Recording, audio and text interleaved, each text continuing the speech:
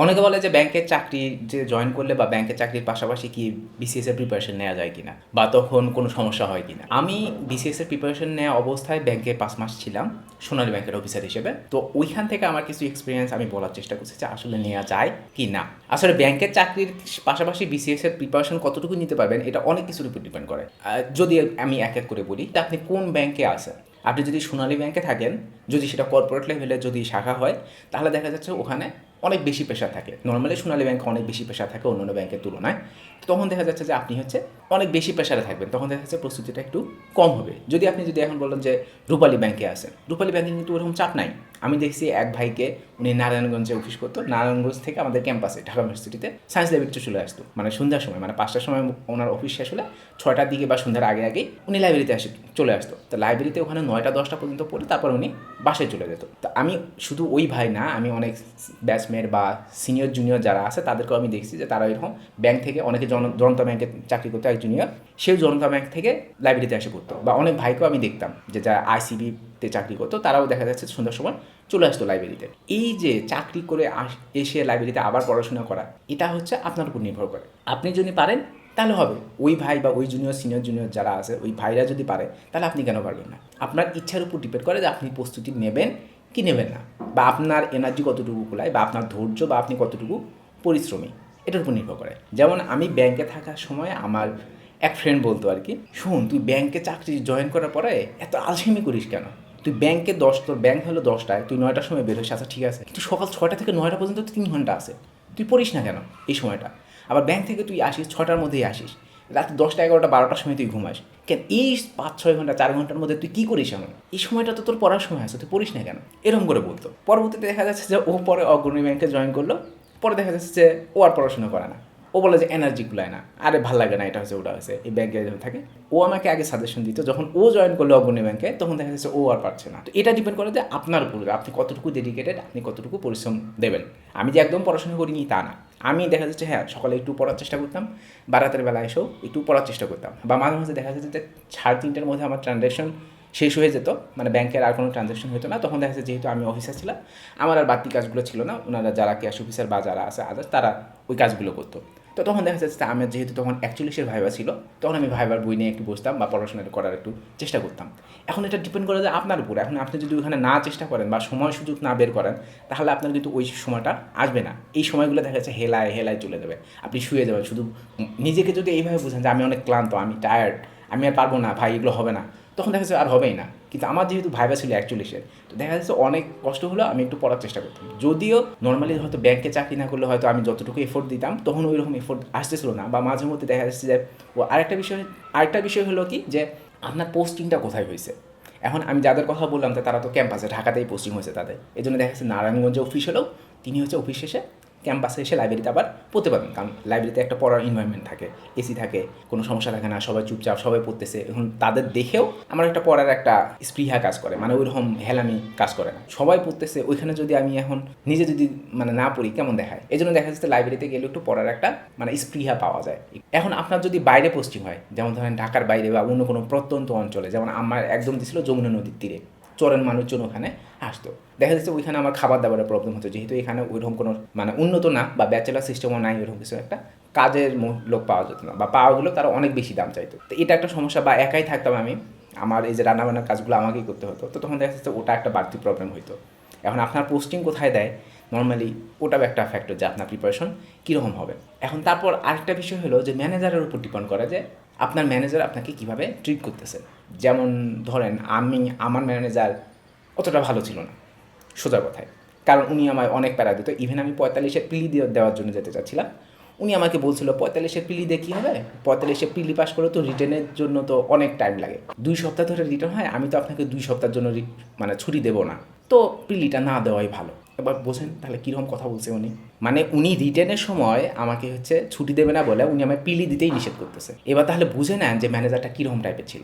শুধু আমার শাখার ম্যানেজার না, আমি অন্য একটা মানে বগুড়ার এক ভাই এরকম ফোন দিত, উনিও অ্যাকচুয়ালি সে কৃষি ক্যাডার হয়েছেন, উনি এরকম ফোন দিতেছে, ওখানেও নাকি ম্যানেজার ওনাকে খুব বাজেভাবে ট্রিট করে, খুব মানে নেগলেক্ট করে, মানে বিসিএসের দিকে যেতেই দেয় না।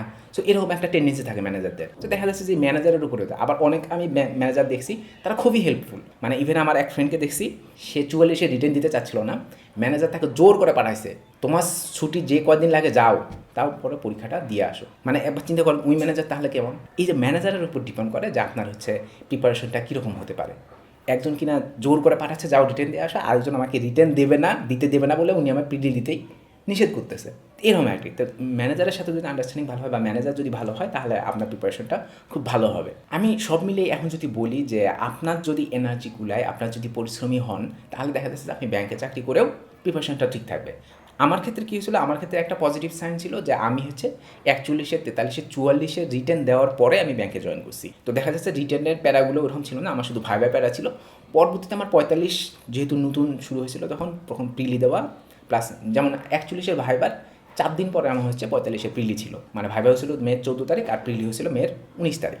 তো এটা একটা প্যারা ছিল। পরে প্রিলিটা হওয়ার পরে রিটার্ন দেওয়া তার আগে আমি চাকরি ছেড়ে দিয়েছিল আর কি। তখন 43 ভাইবা ছিল প্লাস হচ্ছে 45 হচ্ছে আবার রিটার্ন ছিল। এই জন্য দেখা যাচ্ছে আমি চাকরি মানে এই 41 রেজাল্ট পাওয়ার পরে আমি চাকরিটা ছেড়ে দিয়ে ঢাকা চলে গেছিলাম, কারণ আমার এদিকে খাওয়া দাওয়ার অসুবিধা হচ্ছিলো, প্লাস আদার্স যা কিছু আছে অনেক সমস্যাই ছিল। তো ভাবলাম আচ্ছা ঠিক আছে, 43 ভাইবা আছে, 45 রিটার্ন আছে, আর যেহেতু এখানে আমার একটা 41 সুপারিশপ্রাপ্ত হয়ে গেছি, তো আমি চাকরিটা ছেড়ে দিয়ে চলে যেতে পারি আর কি। এখন আপনার যদি অনেক বেশি সমস্যা হয় বা আপনার একটা চাকরি দরকার, কারণ আপনি দেখা যাচ্ছে কি আপনি যখন শুধু প্রস্তুতি নেবেন তখন আপনার কাছে কোনো এক্সট্রা টাকা আসতেছে না, তখন দেখা যাচ্ছে আপনার টিউশনি করা লাগতেছে, এটা করা লাগতেছে, একটা মানে ফাইন্যান্সিয়াল একটা প্রেশার থাকে, অনেক প্রেশারই থাকে, তার মধ্যে এই ফাইন্যান্সিয়াল প্রেশারটাও থাকে। তো যখন চাকরিতে থাকবেন, ব্যাংকে থাকলে দেখা যাচ্ছে মাস শেষে একটা টাকা আসবে আপনার কাছে, বেতন আসবে, তো তখন দেখা যাচ্ছে ওই জিনিসটা ভালো লাগে, দেখা যাচ্ছে ওই ফাইন্যান্সিয়াল যে প্রেশারটা থাকে ওটা একটু কমে যায়। তখন দেখা যাচ্ছে আপনি বিভিন্ন জায়গায় অ্যাপ্লাই করার জন্য যে টাকাটা, ওটা নিয়ে টেনশন করা লাগবে না। তারপর ফ্যামিলিকে একটু সাপোর্ট দেওয়ার ব্যাপারে ওখানেও টেনশনটা করা লাগে না। তারপর আপনার নিজের যে দরকার বা প্রয়োজন, বই থেকে শুরু করে বিভিন্ন জায়গায় অ্যাপ্লাই করতেও তো টাকা লাগে, তাই না? ওই যে অ্যাপ্লাই করাতে ফাইন্যান্সিয়াল যে ওই যে সমস্যাগুলো ছিল আগে, যেটা ধার দেনা করতেন বা গার্জেনের বাপ মায়ের কাছে চাইতেন বা নিজে টিউশনি করে না খেয়ে ইয়ে করতেন, ওই জিনিসটা আর থাকে না। তো দেখা যাচ্ছে এর জন্য দেখা যাচ্ছে আপনি যদি ব্যাংকে জয়েন করেন অত ওই ফাইন্যান্সিয়াল প্রবলেমটা থাকবে না, প্লাস আপনার যে বেকারত্বের যে অ্যাংজাইটি বা ডিপ্রেশন যেটা থাকে নর্মালি, তো ওই জিনিসটাও থাকবে না আপনার জন্য। তো এর জন্য আপনি চাইলে পারেন ব্যাংকে জয়েন করতে পারেন। ব্যাংকে জয়েন করার পরে আপনি জাস্ট নিজের ওই স্পৃহা, প্রস্তুতি নেওয়া বা ভালো কিছু আরও ভালো কিছুতে যাওয়া, ওই আকাঙ্ক্ষা ক্রেজটা যদি ধরে রাখতে পারেন, চাহিদাটা যদি ধরে রাখতে পারেন, বা অভাববোধ যে আমার হ্যাঁ যাওয়া লাগবে, আরও ভালো কিছু করা লাগবে, এরকম কিছু একটা, যতদিন আপনার সময় আছে আপনি যদি ওই ক্রেজটা ধরে রাখতে পারেন তাহলে ভালো, তাহলে আপনি আরও ভালো প্রিপারেশন নিতে পারবেন, আরও ভালো জায়গায় যেতে পারবেন। যেটা আমার ক্ষেত্রে হয়। অনেকে যদি আপনি যদি আবার মনে করেন যে আচ্ছা ব্যাংকে একটা চাকরি হয়ে গেছে, সরকারি চাকরি, আরে ভালো তো হয়ে গেছে, এখন মানে চলে যাবে আমার জীবন, এখন তখন আপনি থেকে যেতে পারেন। বা আপনার যদি মনে হয় আচ্ছা ব্যাংকে চাকরি করতেছে, আমি ভালো জায়গায় কেন চেষ্টা করবো না, চেষ্টা করলে তখন দেখা যাচ্ছে আপনার ওই স্পিডটা আসবে, যদি আপনার এটা মানে ভালো আরও ভালো জায়গায় যাওয়ার যদি চেষ্টা যদি থাকে। এটা ডিপেন্ড করা পুরোটাই আপনার উপর, যে ব্যাংকে চাকরি করার পরে আপনি অন্য জায়গায় যাওয়ার চেষ্টা করবেন কি করবেন না। সো যারা এই কনফিউশনে আছেন যে ব্যাংকেতে আপনি জয়েন করবেন কি না, সেটা হচ্ছে আপনার নিজের উপর, অনেক কিছুর উপর ইয়ে করে, তবে পুরো মানে সবথেকে বড় যেটা ইয়ে হচ্ছে সেটা হচ্ছে আপনার নিজের উপর নির্ভর করে যে আপনি প্রস্তুতি নেবেন কি না। এখন অনেকে বলে যারা, আমি শুধু সরকারি ব্যাংকের কথাই বললাম, বেসরকারি ব্যাংকে যেহেতু আমি চাকরি করিনি, তবে কিছু ফ্রেন্ডদের দেখছি ওইখানে খুব বেশি চাপে রাখে, যেহেতু প্রাইভেট ব্যাংক বেতন বেশি দেয়, কিন্তু টাকা বেশি দেয় বলেই তাদের কাজ মানে কাজের পরিমাণটা অনেক বেশি থাকে। ইভেন আমি অনেক শুনছি যে 9টা 10টা বেজে দেয়, তারপরেও ছাড়ে না, মানে রাতে 9টা 10টা, মানে সকাল 10টা থেকে শুরু করে সে রাতে 9টা 10টা পর্যন্ত থাকা, তারপর দিন আবার যাওয়া। তো এই যে একটা প্রেশার, তো তখন তো আপনার প্রস্তুতি কখন নেবেন আপনি? তো প্রাইভেট ব্যাংকে গেলে নাকি এরকম একটা সমস্যা হয়, যদিও আমি করি নাই, বাট অনেক ফ্রেন্ডের কাছ থেকে শুনছি। তো প্রাইভেটে যারা জয়েন করে তারা নর্মালি এইসব প্রস্তুতি থেকে পুরোটাই আলাদা হয়ে যায়। সো প্রাইভেটে জয়েন করার আগে আপনি একটু চিন্তা করেন যে আসলে জয়েন করবেন না। আদার্স যদি কোনো সমস্যা না থাকে তাহলে প্রাইভেটে না জয়েন করাই ভালো। যদি আপনি ভালো কিছু করতে চান বা এরকম বিসিএস বা অন্য কোনো যদি সেক্টরে যদি না আসতে চান বা প্রিপারেশন যদি না নিতে চান, তাহলে আপনি ব্যাংকে জয়েন করতে পারেন, প্রাইভেট ব্যাংকে জয়েন করতে পারেন। আদারওয়াইজ না নেয় ভালো সম্ভবত। মানে আমি করি নেই, কারণ আমি চিন্তা করতাম যে প্রাইভেট ব্যাংকে জয়েন করলে হয়তো আমার যে আশা বিসিএস ক্যাডার হওয়া বা ভালো কিছু করার, ওই প্রিপারেশনটা আর নেওয়া হবে না। তো এই জন্য দেখা যাচ্ছে যতই কষ্ট হোক, আমি একটা টিউশন দিয়েই আমি হয়তো চলছি কয়েক বছর, মানে একটা টিউশন হয়ে যায় 4-5 হাজার বা 6 হাজার টাকা যা দিত, ওটা বাঁচছে আর কি। প্রথমে 4,500 ছিল, পরে 5,000, তারপর 6,000 দিছে। তো ওইটা দিয়ে আমি চলছি কষ্ট করে। তারপরও আমি হচ্ছে কোনো চাকরিতে ঢুকিনি, যদিও অনেক আত্মীয় স্বজনের কথা শোনা লাগছে, খোটা শোনা লাগছে, বা একটা পেশারে থাকতে হয়েছে, তারপরও আমি জয়েন করে নিই জাস্ট বিকজ যে আমি একটু ভালো একটা কিছু করার জন্য বা ভালো একটা জায়গায় যাওয়ার জন্য, যাতে করে এই কষ্টের বিনিময়ে আমি একটা ভালো কিছু পাই। এই জন্য আমি দেখা যাচ্ছে প্রাইভেট ব্যাংকে আমি জয়েন করি নিই। তো এই হলো যে আপনি ব্যাংকে যদি সরকারি ব্যাংকে যদি জয়েন করেন বা প্রাইভেট ব্যাংকে জয়েন করেন, তাহলে এটা পুরোপুরি আপনার উপর ডিপেন্ড করে যে আপনি প্রস্তুতিটা কেমন নেবেন ভবিষ্যতে আরও ভালো কিছু জায়গায়, মানে ভালো কিছু করার জন্য বা ভালো একটা চাকরি বা ভালো কিছু পাওয়ার জন্য আর কি।